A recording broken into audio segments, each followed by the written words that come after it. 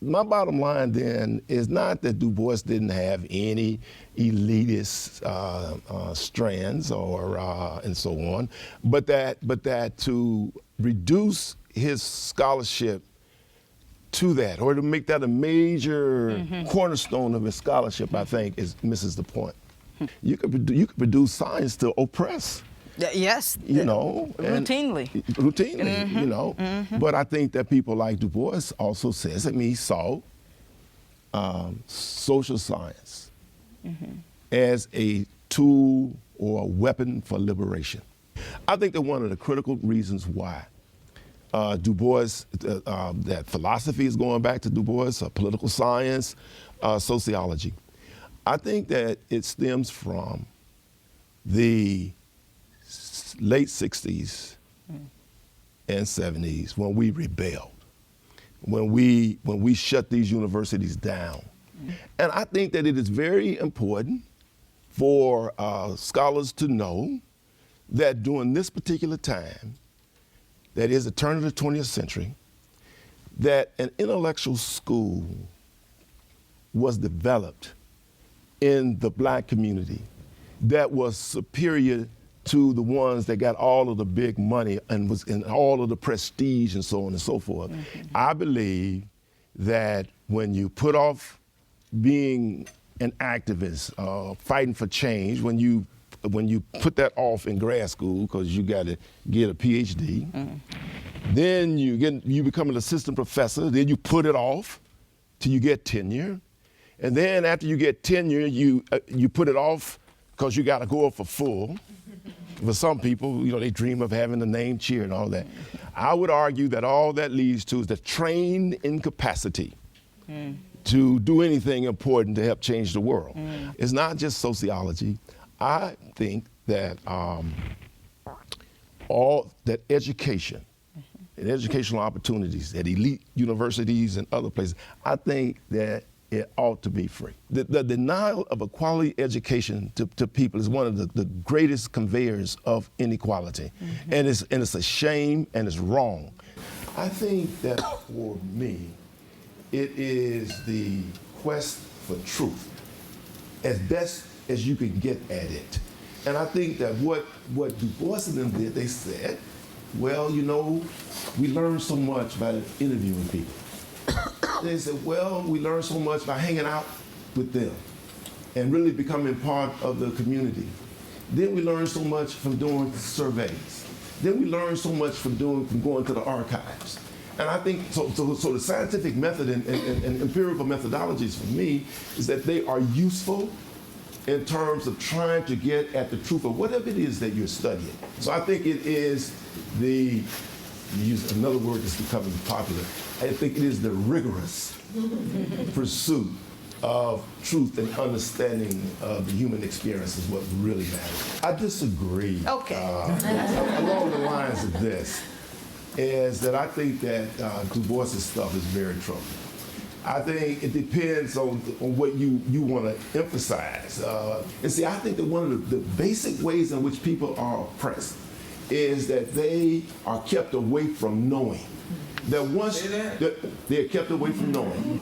But I think that pretty much every black person, if you explain to them who Du Bois is, you see a little light go off in them. They proud of the fact. So I don't think that the gulf between when you say you're in society and I guess we in some little cubbyhole or something. I don't think that gulf is that wide. But Du Bois was a scholar activist. All of his life, he was a scholar activist. He didn't become an activist when he left Atlanta and went to the NAACP in New York. He was always an activist. So I think that for me, I don't ever think science or the truth is going to change the world by itself. It's just one element in an overall composite of things to try to bring about change. They realize that this is not just a tragedy for him, it's not just a tragedy for one group, this is a tragedy for the whole human race. And you know, that's why I think Du Bois, Fanon, they have something to teach, you know, not just one people or one group, they have something to teach all of us. I guess for me, existence is a form of resistance, and occupying an institution is sort of my way, but I will say that it's multi-layered and complex, because I also am very aware of the fact that it inflicts a certain kind of intellectual, I don't want to say violence, but like it is, but it kind of boxes. So what I'm trying to say here is, yes, hiring is important. Yes, recruiting the right grad students is important. But how we teach undergrads has to change also. Undergrads have become incredibly savvy about what they need to say to kind of, so you're not on the radar and, okay, fine, you check your box, you're fine. We need to keep thinking as a society. This conversation needs to remain dynamic. It needs to remain alive. And for that, it needs to be uncomfortable. Kathy made a lovely point in her discussion with Alden this morning about how it's not just enough to, for example, introduce DuBois to the core. Yeah. And it has something to do with the way that DuBois is understood, right? Because it's possible to teach DuBois where his challenge to his time and also to our time is completely muted. And there's a way to teach DuBois where it's radical in an extraordinarily fresh, contemporary way. I think the same is true, and you pointed out that there's a difference between just teaching and sort of transformational teaching. And Kristen, your question used the word transformation. I think the same is true about certainly teaching, but about hiring as well. That it's not just about numbers. Yeah. Right? Oh, yeah. Because you could get a huge number of. Clarence Thomas. Yes, sir. Yes, sir.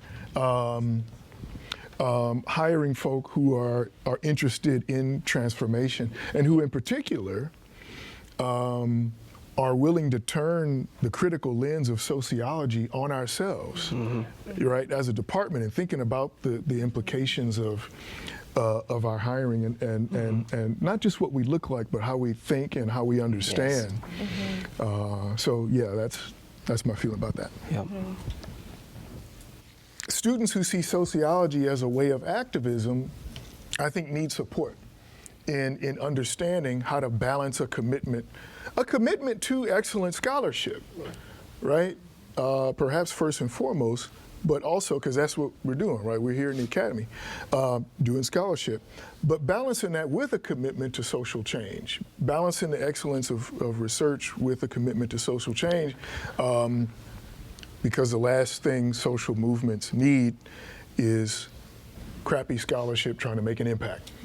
It's really important to differentiate between, and I wrote a piece in context about this, between scholar activism and public sociology.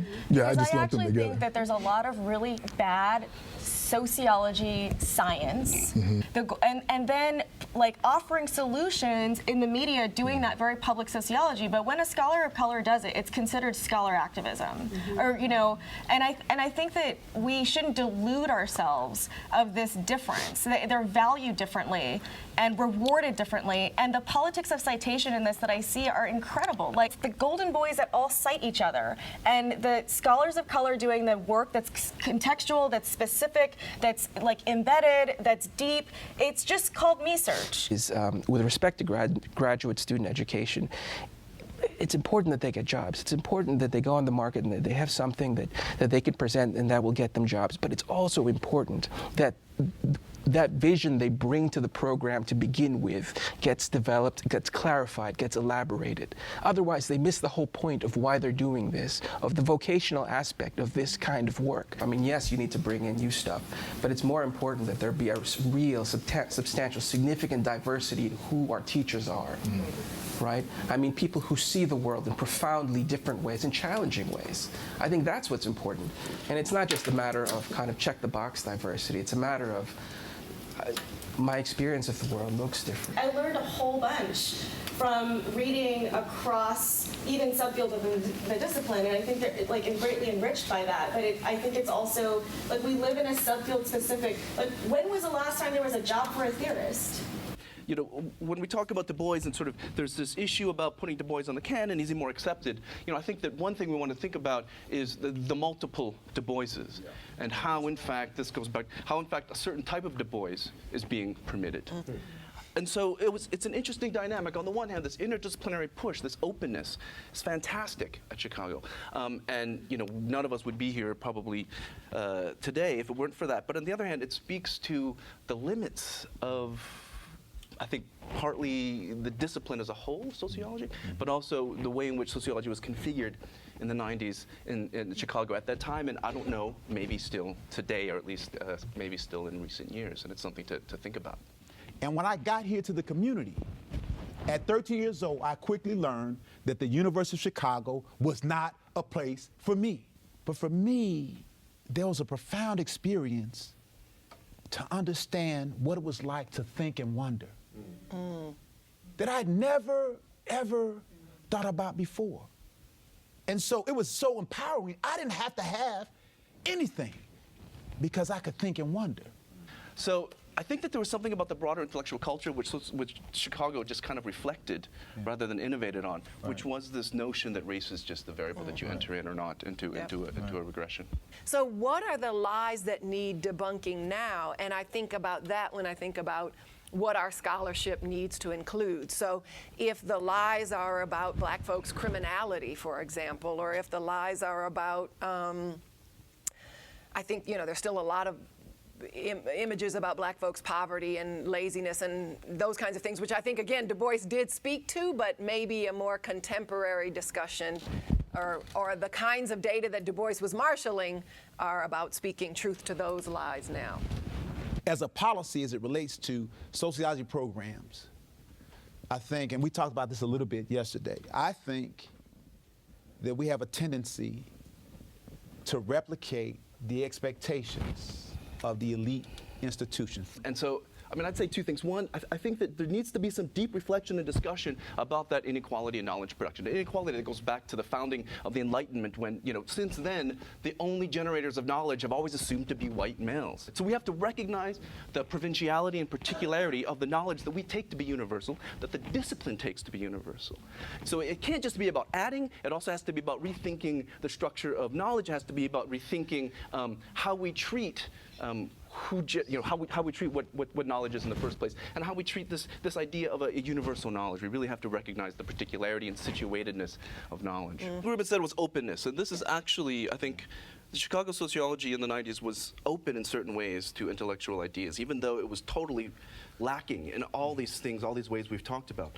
There was never a resistance, a strong resistance, I don't think, to new ideas coming in, right? So when I said I'm going to write a dissertation on colonialism, when no one in historical sociology even knew colonialism existed. Right. Andy They're said, like, cool. go for it, right? So there's a certain element of Chicago sociology that cannot be lost, that should not be lost, and that's the key element. I'm not sure how to characterize that. It's an intellectual openness, it's a willingness.